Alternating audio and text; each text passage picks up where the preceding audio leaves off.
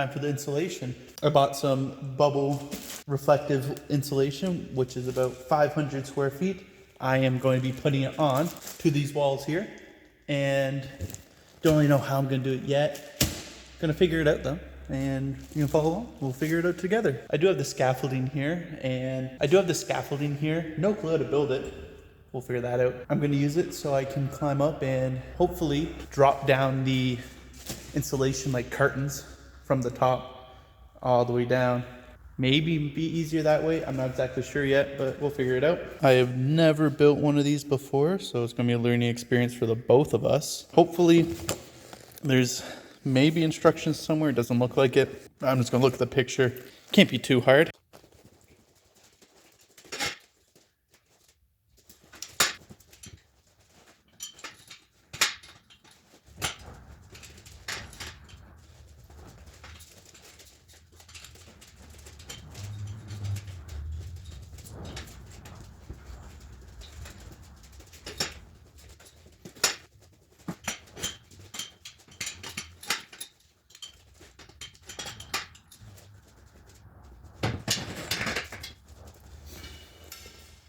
All right, my understanding is that these go in here and it'll connect these two together. So it looks like in the picture.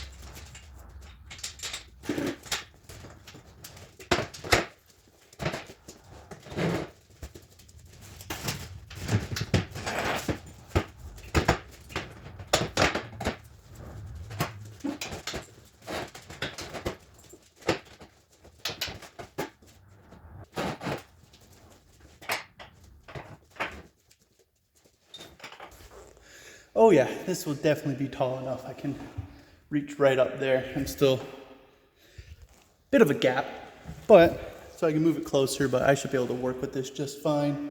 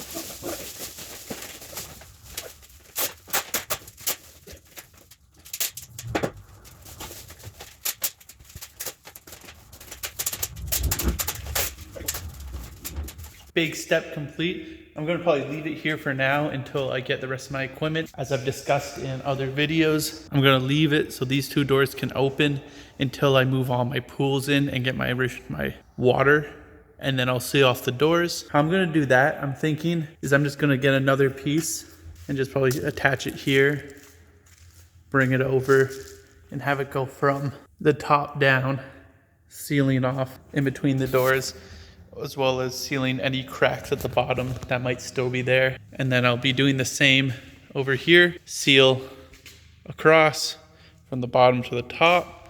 That will really help to cover that gap down there. And then on the edges, I'm just going to do the exact same thing here and over, completely seal it off, go up, and then up here to cover that seal, I'm just gonna have another piece here, pull it up and tape it right to the wood, and then these doors will be closed in.